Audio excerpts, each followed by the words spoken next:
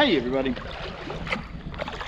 we are heading north on Prettyboy Reservoir. We just crossed underneath of Clipper Mill Road, and we're going to make our way all the way to the very top as far as we can go without getting out and walking a little bit.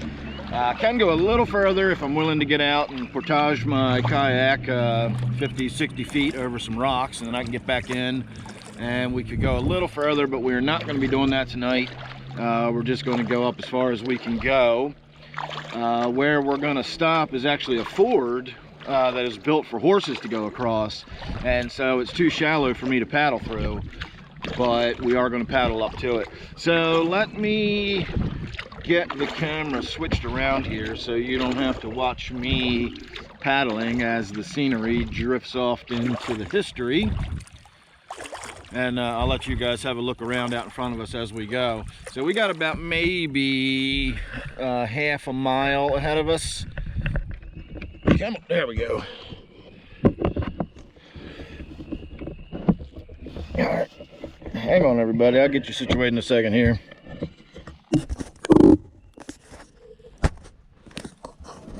Well, that's not perfect, but that's gonna have to do.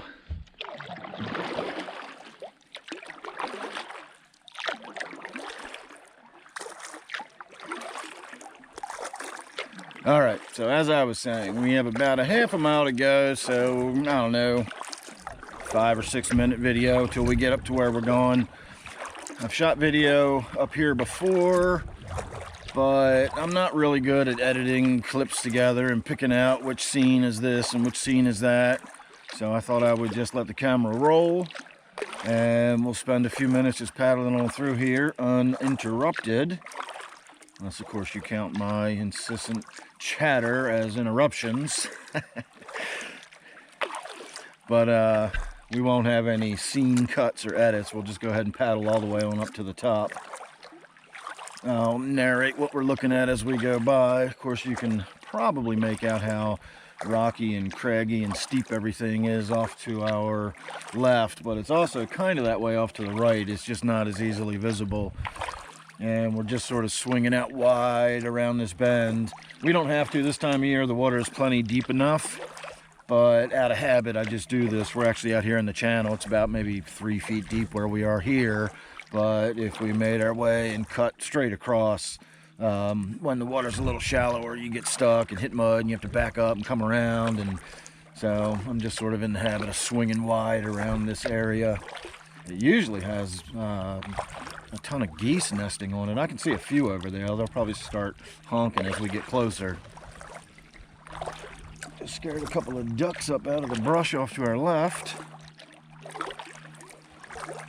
And now I can see the bottom. Don't know if that's showing up on camera or not, but we're again just in a few feet of water.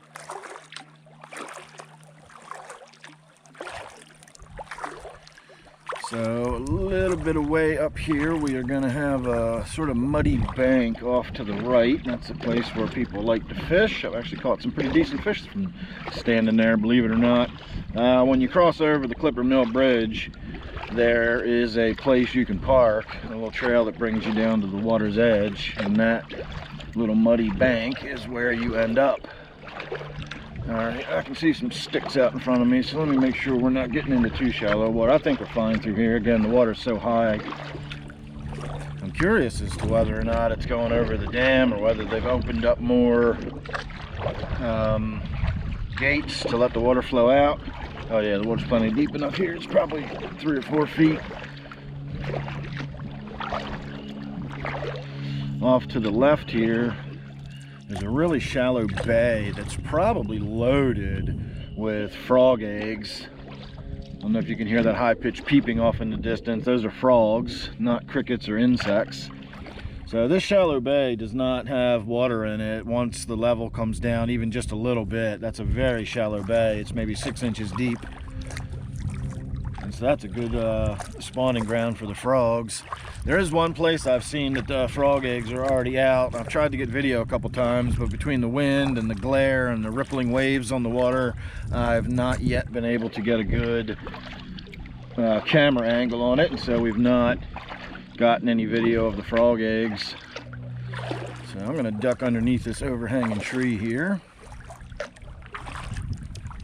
You can see off to the right there, in front of us, is the bank I was talking about that people like to fish off of.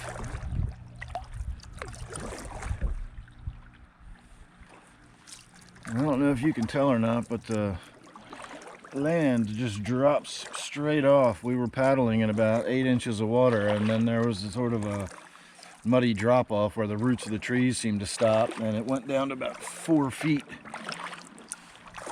All right, so now we're gonna make a left and keep heading upstream. There's a big beaver lodge up here on the left. Again, usually when the water's not so deep, you can see a lot more of the lodge. And it almost looks like it's all crushed and crumpled down. I wonder if they haven't been working on it this year. It's been there for years, and it's gotten bigger and bigger every year. So maybe they just haven't started yet this spring, although they better get a move on if they're going to. Let's get a little closer look and see if they're already working on it or not. They might be working on it.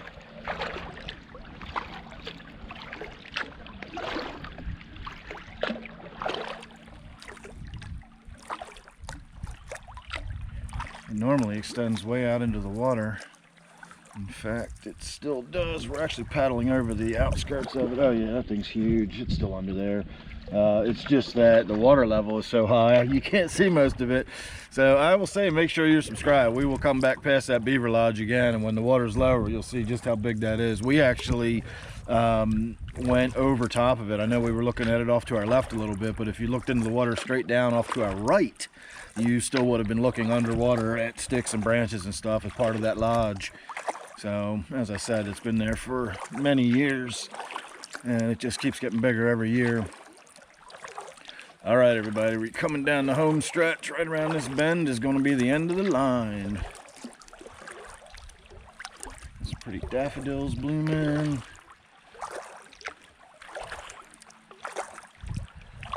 And normally there's big rocks and stuff sticking up that you got to be really careful about through here, but again, the water is so deep. We just went over a couple of rocks the size of a Volkswagen. There's some people on the trail up there.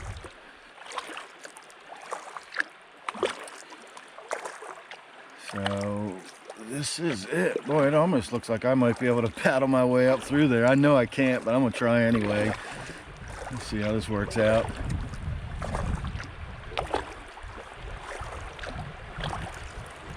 I'm gonna get pretty far. I wish if I get far enough, I might get out and just walk the rest of the way. We'll see. Oh no, we're definitely not gonna make it all the way up into this one.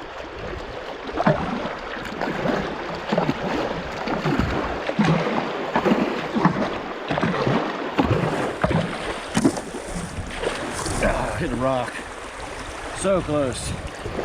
Ah, so close. Almost made it. All right, let's back on out of here. Whoa. So for that rock.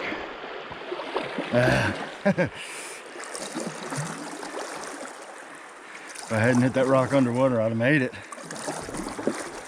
All right, everybody, that was the end of the line. We're making our way back on out of here now. I'll get you off your perch and I'll say goodbye. Come on, get on out of there. All right, everybody, now if you look into the water as we go over some of these bigger rocks, you can see what I'm talking about as the water level goes down. I don't know if you're seeing a glare on the water or not, but I always forget I'm wearing the polarized glasses, and so I can see straight down into the water where you can't necessarily. So, all right, everybody, we're going to call that good. I'm going to take a little break, have a little smoke, and I'm going to start making my way back towards the boat launch. We got about a 4.5 mile paddle. No big deal. I can do a very leisurely paddle on the way home. So thanks for watching. I hope you enjoyed that. As I said, make sure you're subscribed. We come up here often. I'll show you that beaver lodge again, and as the water level goes down, we'll show you what that looks like when it's a little more rapids and a little, less water flowing through there. And someday we will get out and we'll walk up there and we'll go up into Hemlock Gorge. We'll paddle all the way up into the gorge. I've done that a few times, so that's an adventure. All right, everybody, thanks for watching. See you on the next one.